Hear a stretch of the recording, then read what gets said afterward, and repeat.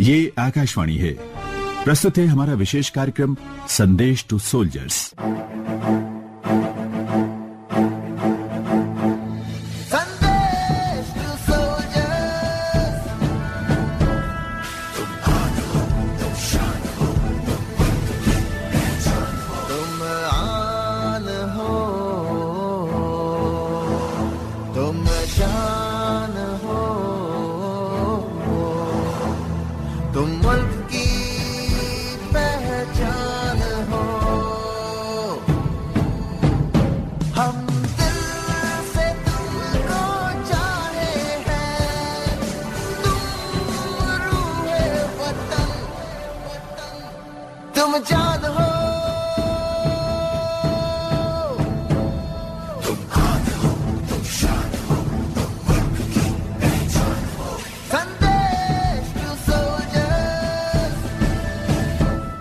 संदेश to soldiers में आप सभी का स्वागत है। मैं हूं मस्त मलंग आरजे श्वेता और आपके लिए आज संदेश टू सोल्जर में एक ऐसी खास शख्सियत को लेकर आई हूं जिनके बारे में जब आप सुनेंगे तो आप कहेंगे क्या बात है। इन्होंने अपनी लाइफ में कितने सारे अचीवमेंट्स जो हैं वो लिए हैं और उसके साथ साथ जब आर्मी में आप सर्व करते हैं तो एक खास इंसान आप वैसे ही बन जाते हैं। बिल्कुल किसी से नहीं डरा जाता है जब आप आर्मी में होते हैं या आर्म फोर्स में होते हैं। और आज के हमारे गेस्ट हैं, उनका मैं स्वागत करना चाहूंगी हमारे रेनबो के स्टूडियो में, लेफ्टिनेंट कर्नल मनोज के चानन। सर, आपका बहुत बहुत स्वागत है हमारे स्टूडियो में। Thank you so much. मुझे बहुत खुशी है कि आज मैं आपके साथ स्टूडियो में हूँ। जी सर, धन्यवाद तो आपका सबसे पहले, क्योंकि आपने पहले हमारी जो भारत माता है, हमारे देश, उसके लिए सर्व किया है और फिर आप यहाँ पर आए हैं और हमारे लिसनर्स के साथ आप अपनी पूरी की पूरी लाइफ जर्नी के बारे में बातचीत करने वाले हैं। मैं आप सबको बताना चाहूंगी दोस्तों कि लेफ्टिनेंट कर्नल मनोज के चानन ने इंडियन आर्मी में आर्मर्ड कोर में 65 आर्मर्ड रेजिमेंट में सर्व किया है और इसके साथ साथ ये और क्या क्या करते हैं, इन्होंने क्या किया है, आकाशवाणी से किस तरह से जुड़ाव रहा है, छोटी छोटी बातें हैं बट बहुत इंपॉर्टेंट बातें हैं। ये सारी बातें हम जानने वाले हैं आज संदेश टू सोल्जर प्रोग्राम में। कुछ ऐसी ही बात होती है जब लेफ्टिनेंट कर्नल मनोज ने सोचा होगा कि कुछ ना कुछ तो नाता है आर्म फोर्स से और देश की जो सेवा करने का भाव है उससे। तो सर, मैं आपसे सबसे पहला यही सवाल पूछना चाहूंगी कि कैसे इंस्पिरेशन मिली आर्मी ज्वाइन करने के लिए, या क्या मोटो था आपका आर्मी को ज्वाइन करने के पीछे? इस स्टोरी को सुनाने से पहले मैं ये बताना चाहता हूँ कि जिंदगी एक एफएम चैनल की तरह है। कभी वॉल्यूम फुल, कभी सिग्नल वीक, पर गाने हमेशा दिल से बजते हैं और बजते रहने चाहिए। बिल्कुल। मेरा जो जीवन का सफर है जी, वो शुरू हुआ था मेरी पैदाइश के साथ 1960 श्रीनगर में। ये एक कोई ब्रेकिंग न्यूज नहीं थी, लेकिन मेरी माँ के लिए वो दुनिया का सबसे बड़ी खबर थी। और मेरे पिता लेट श्री सुखदेवराज चानन एक ऐसे व्यक्ति जिनके कहने का अंदाज और जीने का तरीका दोनों मेरे डीएनए में है और उनके साथ बिताए हुए हर लम्हे ने एक सीधी स्पाइन दी और सच्चाई जिम्मेदारी की जी। फौज में आने का जुनून तब चढ़ा जब मेरे पिताजी की पोस्टिंग पाकिस्तान में थी फ्रॉम 1960 टू 1967 और 65 की लड़ाई हमने तब कोमरी और इस्लामाबाद से देखी। ओके। और जब हम स्कूल जाते थे उन दिनों हम पाकिस्तानी एक इंग्लिश मीडियम स्कूल था इस्लामाबाद में, उधर पढ़ने जाते थे। तो वहां पे स्कूलों के अंदर वो अपने जो वॉर वुंडेड थे उनके लिए पैसे इकट्ठे करते थे जी। क्योंकि हम इंडियन थे तो हम कोई पैसा नहीं देते थे, तो उसकी वजह से हमें पनिशमेंट मिलती थी। तो तब से एक आप ये लेके चलिए, मन के अंदर एक रंजिश थी, एक रिवेंज था कि इसका बदला जरूर लेना है। और इसी तरीके से जैसे जैसे एजुकेशन खत्म की जी, पहले मेरा इरादा था कि मैं एक कैरियर चुनूं अपने लिए एक होटल इंडस्ट्री में। परंतु मेरे जो बड़े भाई हैं वो एनडीए के थ्रू उन्होंने भी आर्मी ज्वाइन की और वो भी आर्मर्ड कोर में आगे थे जी जी। तो मुझे मौका लगा उनको विजिट करने का उनकी यूनिट में। और उनकी यूनिट, मैं नाम लेता हूँ, 72 आर्मर्ड रेजिमेंट है। वो 71 की लड़ाई के अंदर सबसे यंगेस्ट आर्मर्ड रेजिमेंट थी जो लड़ाई में गई और उसको बैटल ऑनर छंब मिला। क्या बात है। तो उनके जब टैंकों को मैंने देखा जो लड़ाई से होके आए हुए थे, जिनके ऊपर जो लड़ाई के जो हिट्स थी पाकिस्तानी आर्मर की, वो भी देखने को मिली। और जब टैंक चलाया और एक यूनिट लाइव देखी तो मेरा मन के अंदर आ गया कि मुझे फौज ज्वाइन करनी है और मुझे इसी तरह की एक ज़िंदगी जीनी है जी। उसके बाद मैंने अपना CDS का एग्ज़ाम दिया, SSB क्लियर किया और मैं ऑफिसर्स ट्रेनिंग स्कूल चेन्नई में मेरी ट्रेनिंग हुई। Very nice. 24 अक्टूबर 1982 टू 27 अगस्त 1983। जी। हमारी ज़िंदगी जो एक ट्रेन करता आपको, एक आपका इंस्ट्रक्टर होता है, इंस्ट्रक्टर क्लास C। हमारे इंस्ट्रक्टर थे उस टाइम कैप्टन जमशेद हुसैन 6 कुमाऊं के। जी। 6 कुमाऊं एक बहुत पुरानी यूनिट है, जिस 62 वॉर के अंदर उसको कई बैटल ऑनर मिले।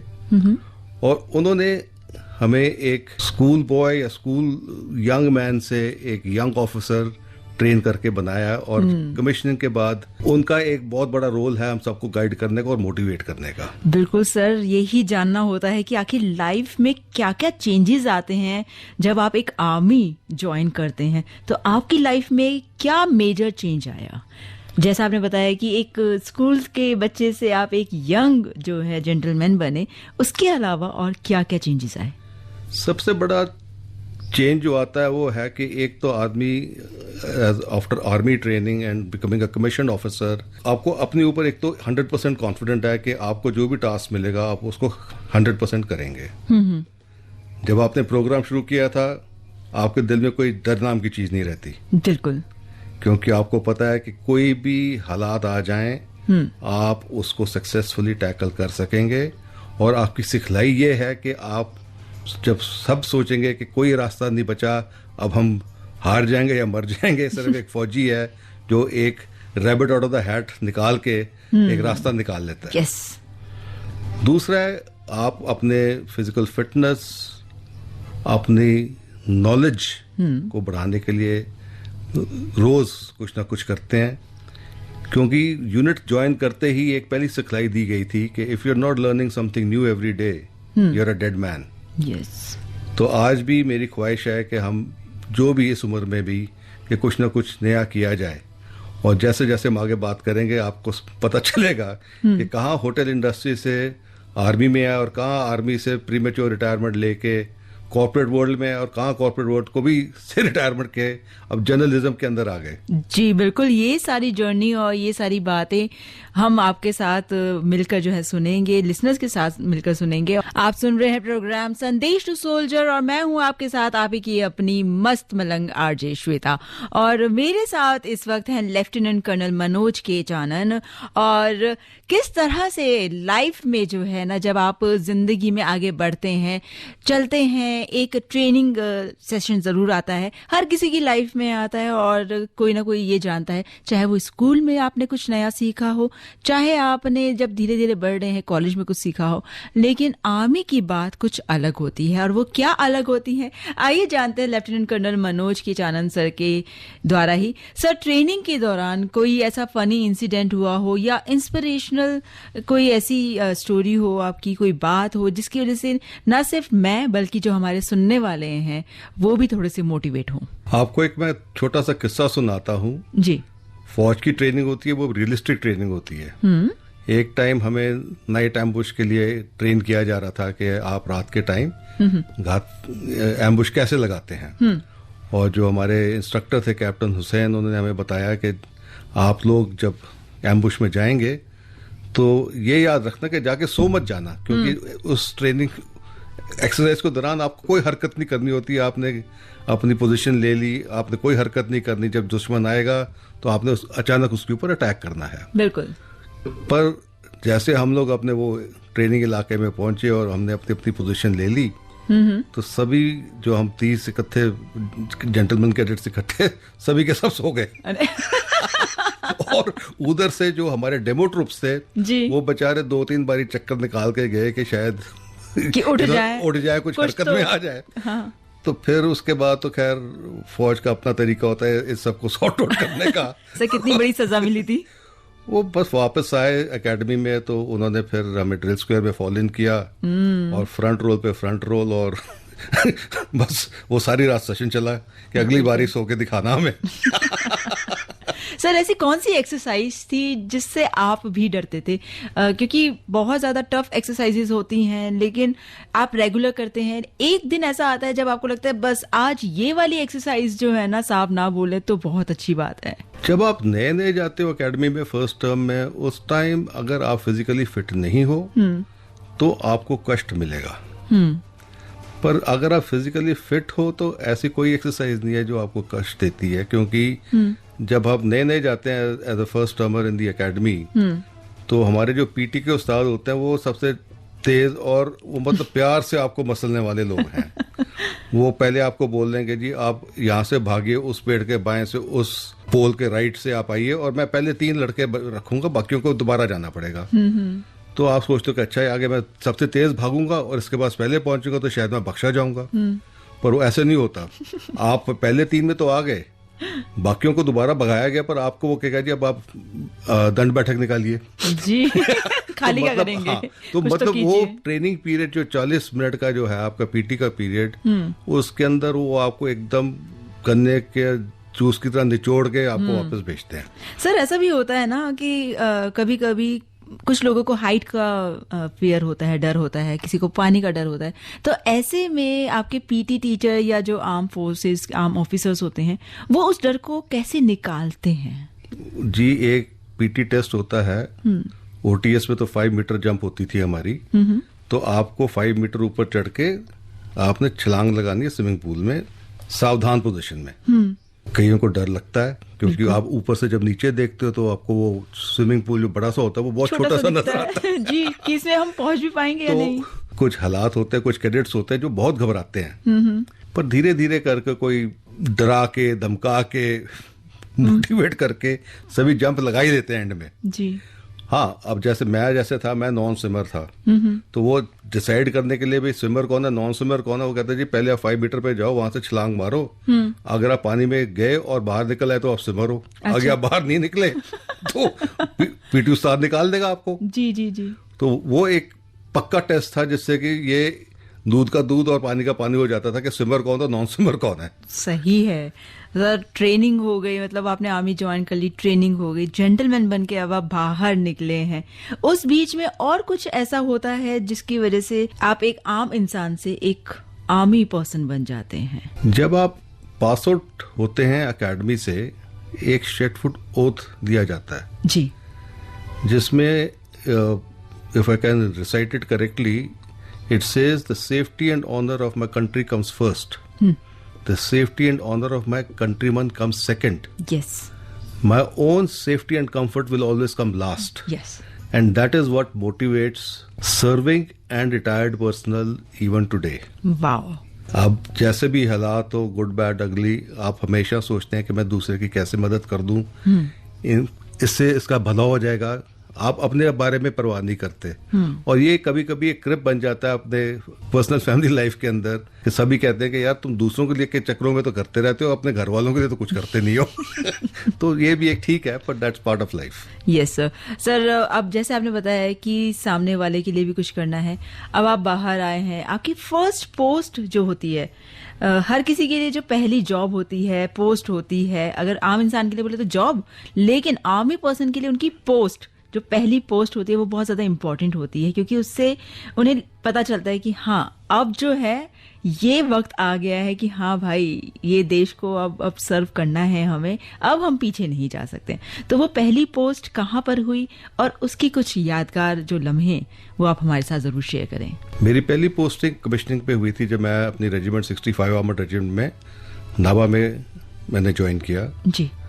तो जब आप सेकंड लेफ्टिनेंट होते हैं और मैं क्योंकि आर्मर्ड रेजिमेंट में गया था, तो मेरा पहला काम था कि जो मेरा प्राइमरी इक्विपमेंट है, एक टैंक, उस टाइम हमारे पास विजेंता टैंक थे, कि उसके बारे में मैं सीखूं जी कि ये टैंक क्या भला है, इसमें क्या है क्या नहीं है। तो उसको सीखने के लिए जो फौज का सबसे सवार जो होता है, जैसे सवार कहते हैं सिपाही को, वो एक सवार से मैं काम सीखता था कि कैसे टैंक को स्टार्ट करना है, उसको कैसे मेंटेन करना है, उसकी कैसे सफाई करनी है। जैसे आपके सोसाइटीज़ के अंदर सुबह उठ के आप देखते हैं कार वाले आपकी गाड़ियां साफ करते हैं, तो आप एज अ सेकंड लेफ्टिनेंट पहले ये काम सीखते हैं कि आपने अपने इक्विपमेंट की संभाल रखनी है। बिल्कुल, अगर वो क्योंकि आपने उसी के ऊपर लड़ाई लड़नी है। यस, कहा जाता ना, अगर आप अपने इक्विपमेंट्स की ख्याल रखेंगे तो वो आपका ख्याल रखता है। बिल्कुल जी जी। और एक पुरानी कहावत है, it is not the machine but the man behind the machine that wins battles. बिल्कुल सही सर, बहुत सही। तो पहली आपकी हुई नाभा में, और दूसरे स्टेशन के बारे में अगर हम बात करें तो वो कुछ ऐसा स्टेशन था जहां ना मतलब बंदा ना बंदे की जात, सिर्फ और सिर्फ आप और आर्मी के सारे आपकी टीम बस। ये हमारी खुशकिस्मत थी कि हम जैसे ही कमीशन होके हटे तो फरवरी 1984 में आदेश मिला कि हमारी यूनिट टैंक T-72 के ऊपर कन्वर्ट करेगी, और अच्छा। टी के कन्वर्शन के लिए हमें बबीना भेजा गया। बबीना एक मिलिट्री कैंटोनमेंट है और वो एक बड़ा आर्मर्ड कोर स्टेशन है। वहां पर ट्रेनिंग के लिए बहुत ही अच्छी जगह है जी। और हमारी ट्रेनिंग उस टाइम हमारे सीओ साहब थे कर्नल राजन ऐनी, और जो हमारे ट्रेनिंग इंचार्ज थे एक कर्नल दुग्गल थे। तो हमारी ट्रेनिंग क्लासेस सुबह 6:15 बजे शुरू होती थी जी। और ये चलती थी तकरीबन 10:30-11 बजे तक, क्योंकि उधर गर्मी बहुत होती है। और फिर दोपहर को 3:30 से लेके 5:30 तक। अच्छा। और अगले दिन सुबह ट्रेनिंग शुरू होने से पहले हमारा क्विज टेस्ट होता था। अच्छा। और अगर आप क्विज टेस्ट में फेल हो गए तो आपको पता है फौज का फौरी इलाज क्या होता है। तो इट वाज वेरी एक्साइटिंग, और उसमें हमने अच्छी सिखलाई की टैंक के ऊपर। और आज भी अगर हम टैंक के ऊपर चढ़ जाएं तो हमें वो पूरी अपना ट्रेनिंग प्रोसीजर याद है। बिल्कुल, वो तो एक एक पल याद आ जाता होगा। बिल्कुल जी। तो उस दौरान आपकी अपने जितने भी ट्रुप के बडीज हैं या सब पूरी आपके लोग थे, उनके साथ बॉन्डिंग भी बहुत अच्छी हो गई होगी। नेचुरली जी, आपने सारी ट्रेनिंग अपने ट्रुप के साथ करनी है। जैसे मैंने बताया था कि टैंक के ऊपर एक T-72 टैंक में एक ड्राइवर होता है, एक गनर होता है और एक आप होते हो। आपने एज अ टीम काम करना है जी। और एक ट्रुप लीडर के नीचे 3 टैंक होते हैं। तो आप एक सब यूनिट है जो एक मुट्ठी के माफिक है, क्योंकि आप सबसे छोटी सब यूनिट हो जो एक लड़ाई लड़ती है जी। उसको आपने उनके साथ ट्रेनिंग करनी, उनको सिखाना है, उनसे भी सीखना है। क्योंकि वो जो आप जवान हैं या NCOs JCOs हैं, उनके पास भी कई सालों का तजुर्बा है जी। और सबसे अच्छी सिखलाई वो बताते हैं क्योंकि उनको प्रैक्टिकल एक्सपीरियंस बहुत है। चाहे आप डेजर्ट्स में जाएं, चाहे आप पंजाब के इलाके में जाएं, उधर क्या मुश्किलातें आती हैं, कैसे उसको आपने सुलझाना है, ये सब बातें आपके जवान और JCOs आपको सिखाते हैं। आपके सीनियर्स तो सिखाते ही हैं, पर आपको चारों तरफ से ये एक 360 डिग्री लर्निंग है। It is not a one way traffic कि आपको सिर्फ सीनियर्स ही सिखाएंगे, ये चारों तरफ से आपको सिखलाई मिलती है। सर, टैंक के अंदर इतनी छोटी सी जगह होती है, तो क्या उसके अंदर बहुत ज्यादा गर्मी होती है, क्या सफोकेशन लगता है, या किस तरह की फीलिंग आती है उसके अंदर जब आप होते हैं? तो नहीं, क्योंकि शायद हमें आदत पड़ गई थी, पर टैंक में जगह तो कम होती है फाइटिंग क्रू के लिए, क्योंकि it is a fighting platform. Yes. और आपके साथ ही में आपकी मेन गन है, गनर की साइड के ऊपर उसकी सेकेंडरी आर्मामेंट है, कमांडर के कपोले के ऊपर उसका NSBT लगी हुई है जो एयर डिफेंस गन है जी। तो आपने सारे काम इकट्ठे काम करने हैं।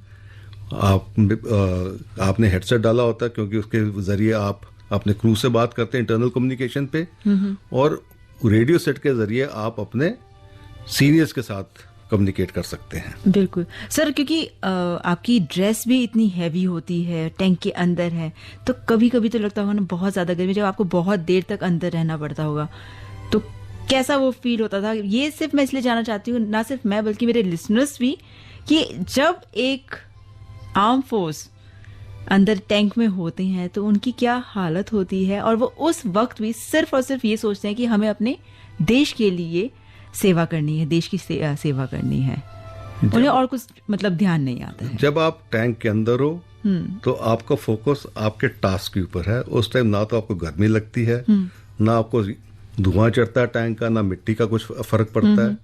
आपका उस टाइम पूरा फोकस होता है जैसे वो महाभारत की कहानी है कि अर्जुन को सिर्फ मछली की आंख नजर आती है जी। उसके माफिक आप भी अपने टास्क के ऊपर फोकस है, आपको कोई ये गर्मी सर्दी किसी चीज का कोई असर नहीं होता है। जी। जब टास्क खत्म हो जाए तब ये बातें महसूस होती हैं। बिल्कुल सर, और बहुत सारी चीजें जानेंगे आपसे, आपके ऑपरेशंस के बारे में जानेंगे, और सबसे पहला ऑपरेशन आपने कौन सा किया, कहाँ किया, ये सारी बातें करेंगे।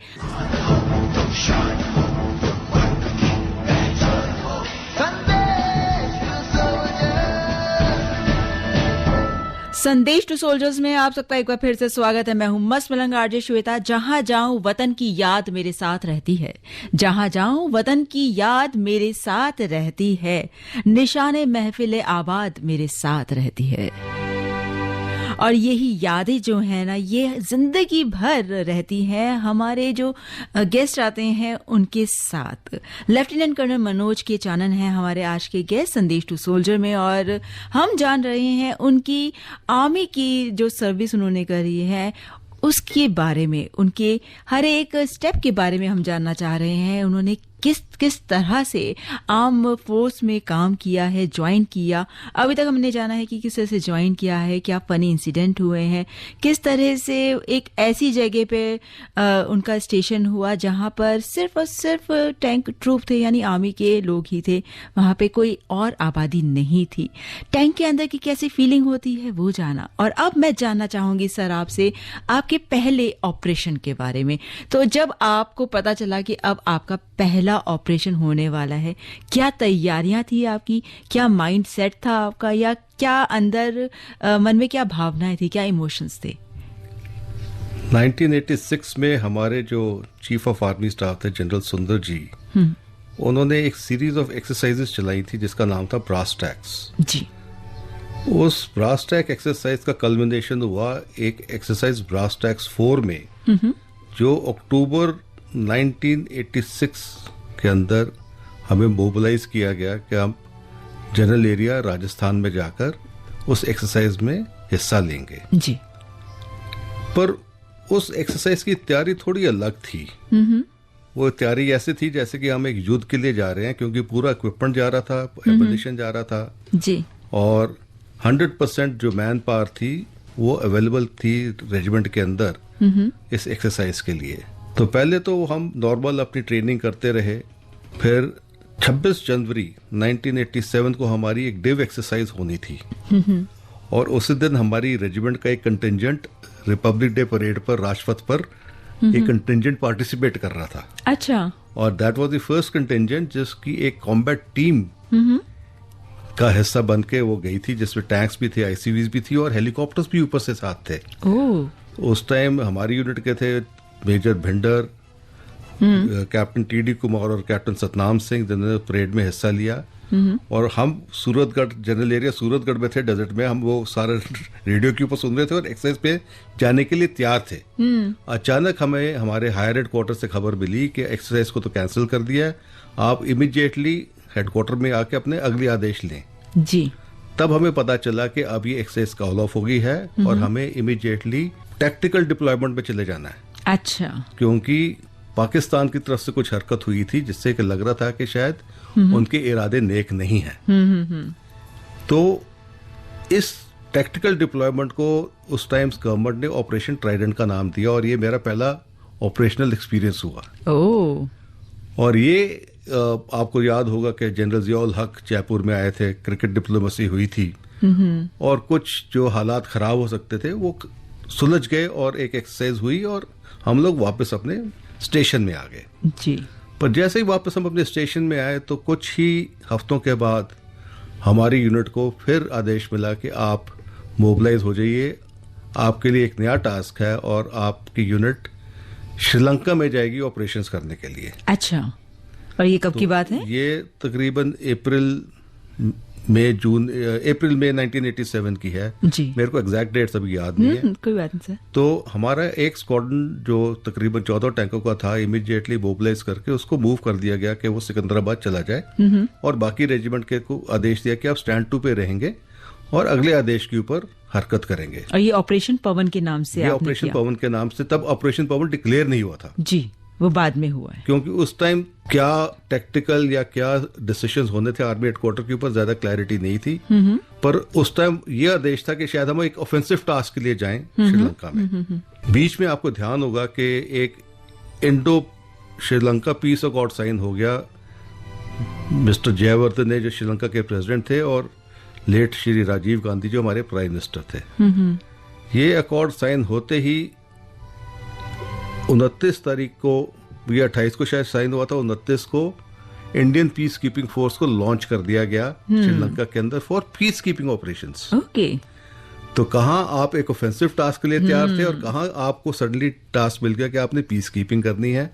तो उसके लिए, क्योंकि जो टैंक है ये एक ऑफेंसिव वेपन है, जी जी, तो टैंकों को अभी श्रीलंका नहीं लेके भेजा गया, पर इन्फेंट्री वाले गए, उन्होंने अपने ऑन ग्राउंड पोजीशन इख्तियार की और जो भी टास्क मिला of disarming the Tamil militant groups, वो कार्रवाई शुरू हुई जी। अक्टूबर 87 टू मार्च 1990। उस दौरान कई टास्क किए, इलेक्शंस भी कराए, रेल रोड ओपनिंग, काफी सारे आपने काम काफी, कराए। मतलब सर, सिविल कैसा एक्शन भी फील काफी होता है किए। जब आप अपने ट्रूप के साथ जाते हैं, अपने साथियों के साथ जाते हैं, लेकिन लौटते वक्त कुछ साथी आपके साथ नहीं आ पाते हैं, तो वो फील कैसा होता है? क्या अंदर एक कुछ खालीपन लगता है या क्या लगता है उस वक्त? वो आपको दुख तो महसूस होता है, क्योंकि जो कैजुअलिटी होती है वो तो एक चंद सैकड़ों में हो जाती है। जी बिल्कुल। क्योंकि हमने तो ये भी देखा कि जैसे लोग ऑपरेशन के लिए गए और कुछ ही सेकंडों के अंदर आपको खबर आ गई कि जी वो कुछ हादसा हो गया और कुछ लोग नहीं बचे, तो वो दुख तो होता है, पर आपने तो अपने टास्क को कैरी करना ही है, आपका काम तो नहीं रुका। बिल्कुल। तो वो एक है, दुख होता है, but life has to move on, काम पूरा होगा जो भी टास्क मिला है। जी बिल्कुल। सर, आपसे और भी बहुत सारी बातें करनी है और भी बहुत सारे ओप्स के बारे में बात करनी है, ऑपरेशंस के बारे में यानी कि बात करेंगे। वतन के जान निसार हैं, वतन के काम आएंगे, वतन के जान निसार हैं, वतन के काम आएंगे, हम इस ज़मीं को एक रोज आसमां बनाएंगे। आप सुन रहे हैं प्रोग्राम संदेश टू सोल्जर्स।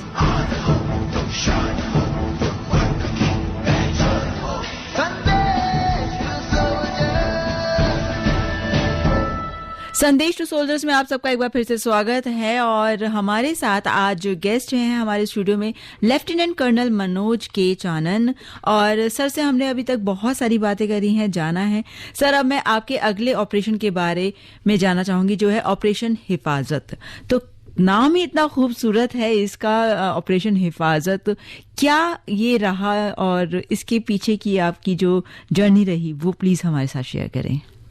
1996 में मैंने अपना स्टाफ कॉलेज कोर्स जैसे ही कंप्लीट किया तो मेरी पोस्टिंग कर दी गई जखामा, नागालैंड, IGR नॉर्थ एक हेडक्वार्टर है वहां पे। जी। वहां पहुंचने के ऊपर उस टाइम हमारे GOC साहब होते थे, एक जनरल राज काद्यान। तो उन्होंने मेरा टास्क लगाया कि आप G2 इंटेलिजेंस का काम करेंगे, और एक वैम प्रोग्राम था आर्मी का, winning the hearts and minds of people, जी, जिसके अंदर एक सबसे बड़ा जो मेरे पास एसेट था वो था डोजर। ओके। क्योंकि हिल्स के अंदर आपने कोई प्लेग्राउंड बनाना है तो आपको डोजर एलोकेट करना है। तो मेरे पास एक अच्छा मौका था जिसके जरिए मैं लोकल्स के साथ काफी इंटरेक्ट कर सका, और एक प्लान के मुताबिक मैं उनको डोजर एलोकेट कर सका। सर, अच्छा, आम भाषा में अगर हम बताना चाहें अपने लिसनर्स को कि डोजर क्या होता है, वो ये होता है कि किस तरह से आप जो भी जमीन है जो उबड़ खाबड़ है उसको एकदम प्लेन करना। हाँ, पहाड़ को काट के प्लेन करके उसके अंदर आप उनके लिए फुटबॉल फील्ड बना दें या रहने की जगह बना दें जी, या एक स्कूल के लिए जगह क्रिएट कर दें। बिल्कुल बिल्कुल, उसके वो मेन टास्क था जी। और क्योंकि मैं एक आर्मर्ड कोर ऑफिसर था और ये मेरी फर्स्ट पोस्टिंग थी नॉर्थ ईस्ट में, तो मेरे GOC साहब ने कहा कि आप ऐसा कीजिए, क्योंकि आपकी पोस्टिंग हुई, आप नए नए आए हैं, तो आप एक पूरा एरिया फेमिलियराइजेशन टूर करके आए। जी। तो उसके अंदर मुझे 2 हफ्ते दिए गए कि आप एक जिप्सी लेके पूरे नागालैंड में घूमें, हर एक पोस्ट पे जाएं, हर एक आदमी से मिलें और टेरेन को समझें कि क्या है, क्योंकि जब आप वापस हेडक्वार्टर में आए तो आपको पता होना चाहिए कि उस इलाके में क्या हो रहा है और उधर क्या पॉसिबिलिटीज हैं जो आप अपने मन के अंदर समझ सकते हैं जब आप एक रिपोर्ट पढ़ते हैं। जी जी। मेरी खुदकिस्मती थी कि जैसे ही वो मैंने अपना ये दौरा खत्म किया जी, तो मेरी पोस्टिंग कर दी गई उखरूल, मणिपुर के अंदर। अच्छा। क्योंकि मैं सरप्लस ऑफिसर बन गया था IGR नॉर्थ में, तो उन्होंने मुझे उखरूल में पोस्ट कर दिया। दिमाग में था कि चलो नागालैंड देख लिया, मणिपुर भी देखा जाए। और आपको मैं सच बताऊं, वो उखरूल का टेन्योर जो 2 साल का था मेरा, वो बेस्ट टेन्योर रहा पूरी आर्मी का। ओके। काम बहुत किया। हमारे उस टाइम कमांडर थे later lieutenant general Shiva Kumar साहब, जाट रेजिमेंट के जी। उन्होंने पूरे हेडक्वार्टर को और यूनिटों को एक परिवार की तरह रखा हुआ था। वो जो टेन्योर था, वो मतलब फौज की कहावत है कि जब आप असम राइफल या इस इलाके में जाते हैं तो रोते हुए जाते हैं जी। और साथ में ये भी कहते हैं जब आप वहां से पोस्टिंग पे आते हो तब भी रोते हुए आते हो। अच्छा। क्योंकि आपको वहां से अब लगाव हो चुका बहुत लगाव हो चुका है लोगों के साथ। आपके जो साथी हैं, कोलीग्स हैं, आपके जूनियर्स हैं, एक बहुत ही अच्छा मेलजोल हो जाता है जी। तो सर, ये ऑपरेशन हिफाजत जो था वो बहुत अच्छा था। सर, कौन सा ऐसा फेस्टिवल रहा होगा जो सबसे ज्यादा आपने एंजॉय किया है अपने ट्रूप के साथ, आर्मी ट्रूप के साथ? सबसे अच्छा फेस्टिवल मेरी याद में तो सिर्फ होली आता है, जिसके अंदर आप सुबह सुबह जाते हो, होली वाले दिन पंडित जी पूजा पाठ थोड़ी कराते हैं, उसके बाद आप अपने ट्रूप्स के साथ होली खेलते हो। वो भी बिना फैमिलीज के हैं, आप ही वो एक एक्स्ट्रा एक लार्ज फैमिली आपकी। तो वो सबसे अच्छा एक त्योहार है जो मुझे हमेशा याद रहता है, और आज भी होली के त्योहार के दिन वो दिन याद आते हैं। सर, आपने फैमिली की बात करी है, तो फैमिली का सपोर्ट बहुत ज्यादा इम्पोर्टेंट होता है। वहीं आपकी वाइफ और आपके बच्चों का सपोर्ट काफी इम्पोर्टेंट रहा होगा। तो कुछ ऐसी बातें, या आप मतलब आज FM रेनबो के माध्यम से अपनी वाइफ को, अपने बच्चों को, अपनी फैमिली मेंबर्स को कुछ कहना चाहते हो तो? जी, मेरी वाइफ जो है वो भी एक 3rd जनरेशन फौजी है, क्योंकि उनके परदादा ब्रिटिश इंडियन आर्मी में थे, उनके फादर भी इंडियन आर्मी 3 जाट में थे, और वो 65-71 वॉर के अंदर भी उन्होंने एक्टिव हिस्सा लिया है। 65 वॉर बैटल ऑफ डुगरई के अंदर वो एक बैटल कैजुअल्टी रहे, और वो रिटायर हुए as a major general Baldev Raj Verma AVSM। Okay. तो नेचुरली क्योंकि फौजी मोहाल में बेटी पड़ी, तो वो ऑलरेडी यूज टू थी कि फौज की क्या रिक्वायरमेंट्स हैं जी। मेरी वाइफ है नीरा चानन, और मेरी 2 डॉटर्स हैं, भव्य नैना और कीर्ति चानन।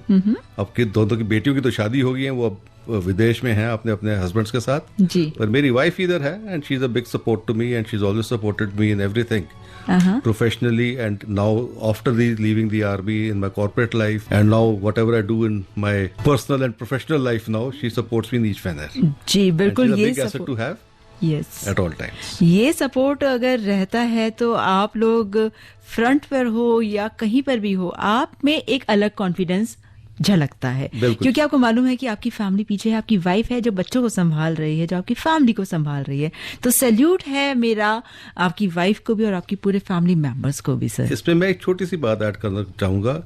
हमारी जो यूनिट होती है, जैसे 65 आर्मर्ड रेजिमेंट है, ये एक मेरी बड़ी फैमिली है जी। ये फैमिली चाहे हस्बैंड हो ना हो, हर एक ऑफिसर, हर एक जवान, या हमारे जो जवान्स की फैमिलीज हैं, सब एक फैमिली की तरह हैं। वो आज भी हम खुशी से मिलते हैं। हर साल कोशिश होती है कि हम सारे वेटरन्स इकट्ठे हों, मिलें और पुराने दिनों को याद करें जी। तो ये एक फैमिली अटूट बंधन है। बिल्कुल। सर, आने वाली जो जनरेशन है या जो अभी हमें सुन रहे हैं, उनके लिए आप क्या संदेश देना चाहेंगे? मैं ये बताना चाहूंगा आज के यूथ के लिए कि आर्मी एक ऐसी ऑर्गेनाइजेशन है which is the best in our country. When I say army, I include Air Force and Navy. I don't want to talk about army by itself. ये एक ऐसी ऑर्गेनाइजेशन है, ये आपको हर एक चीज का मौका देती है। It allows you to grow professionally. It allows you to do things socially. ये आपको एक एडवेंचर एक्टिविटी करना, आगे आप एडवेंचरस हैं तो ये आपको हर एक एडवेंचर एक्टिविटी के लिए भी मौका देगी आपको जी। आर्मी एक जॉब नहीं है, it is a way of life. आप जो भी करते हैं फौज के अंदर, अगर आपको वो पसंद नहीं है, आप फौज के अंदर ज्यादा देर रुक नहीं पाएंगे जी। और ये एक ऐसा ऑर्गेनाइजेशन है कि आपको अपने ऊपर, अपनी यूनिट के ऊपर गर्व होता है कि आप अपने देश के लिए कुछ कर रहे हैं। बिल्कुल ज़रूर सर। और हमारे पास काफ़ी मैसेज भी आए हैं। शंकर लाल का हमारे पास मैसेज आया द्वारका से, वो भी आपको सैल्यूट कर रहे हैं और कह रहे हैं कि कितना अच्छा आपने काम किया है, हमेशा देश के लिए आपने काम किया है, कंट्री के लिए, तो सैल्यूट करा है। और इसके अलावा हमारे पास MR मधुसूदन का मैसेज आया है, वो जानना चाहते थे आपकी जितनी भी आपने वॉर्स करी हैं, और ये सारी चीज़ें हमने ऑलरेडी बता ही दी हैं, तो किस तरह से आपने अपनी लाइफ में क्या जो सर्विस के टाइम पे जो एक्सपीरियंस किया है। तो थैंक यू सो मच आप सबके मैसेज करने का। और लास्ट में हमारे पास प्रकाश शिंदे का मुंबई से मैसेज आया है, वो कह रहे हैं कि काफ़ी खूबसूरत प्रोग्राम है और दिल को छू लेने वाली जानकारियाँ मिल रही हैं, इसके लिए बहुत बहुत शुक्रिया आप सबका भी मैसेज करने के लिए और हम सबके साथ जुड़ने के लिए, सर के साथ जुड़ने के लिए। सर आपका भी बहुत बहुत शुक्रिया, आपने इतने अच्छे से इतने अपनी जो लाइफ जर्नी है उसके बारे में बताया, उसके लिए बहुत बहुत धन्यवाद sir. Thank you so much giving me this opportunity. मुझे पूरा यकीन है कि हमारे जो जवान बच्चे हैं वो इस ऑर्गेनाइजेशन में आए, देश की सेवा करें, और मेरी तरफ से आप सबको जय हिंद।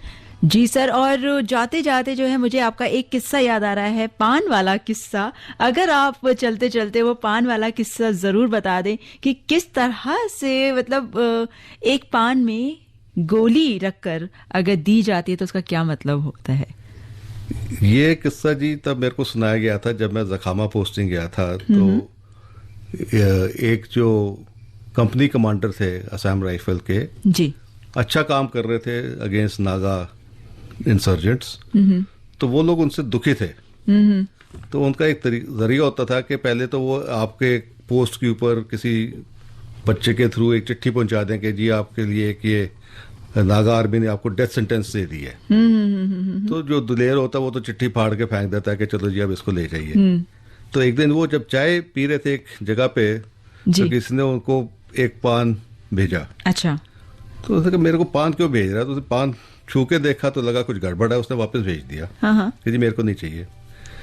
वो समझ गए थे कि इसमें कुछ है जो ठीक नहीं है। तो इतने में एक दूसरा बच्चा है कि नहीं आपके लिए दूसरा भी पान भेजा है। उसने फिर उसको छुआ तो उसने उसको भी मना कर दिया। तो उसके बाद पता चला उसके अपने सोर्सेज के द्वारा कि ये जो कार्रवाई थी एक स्नाइपर ने भेजा था कि जो भी ये उठाएगा वो उसी से उसको मारेगा, जिस पान को उन्होंने चूज कर लिया उसी गोली से उसको मारेगा। तो उस दिन उसने जब एक्सेप्ट नहीं किया तो उसने मारा ही नहीं उसको। तो ये सारी बातें सर, इतनी सारी आपने अपने लाइफ के बारे में एक्सपीरियंसेस बताए हैं और खुल के बताए हैं, खुल के बात करिए। Thank you so much sir. और आई एम श्योर कि जितने हमारे सुनने वाले हैं वो भी कहीं ना कहीं इंस्पायर हुए होंगे, मोटिवेट हुए होंगे, और जितने भी हमारे सुनने वाले हैं उन सब का भी बहुत बहुत शुक्रिया, आपने जो मैसेजेस भेजे हैं। इसी तरह से आप हमेशा FM रेनबो के साथ जुड़े रहिएगा। और आज जो हमारे साथ संदेश टू सोल्जर में हमारे साथ आज गेस्ट थे लेफ्टिनेंट कर्नल मनोज के चानन, और इन्होंने इंडियन आर्मी को सर्व किया। Sir thank you so much and जय हिंद। जय हिंद। जय हिंद दोस्तों, आप भी अपना ख्याल रखिएगा और अपनों का ख्याल रखिएगा। हर दिल में एक जुनून है, कुछ अलग सा रंग, भारत की मिट्टी में बसी है जीवन की उमंग।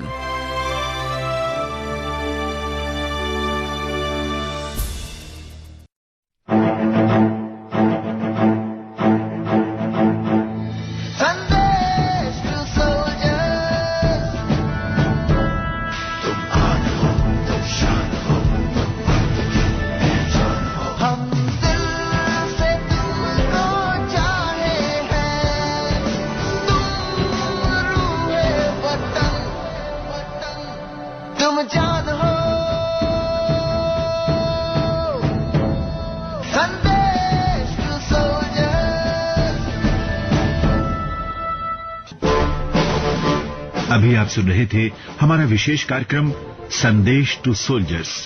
ये कार्यक्रम आकाशवाणी के दिल्ली केंद्र से प्रसारित किया गया।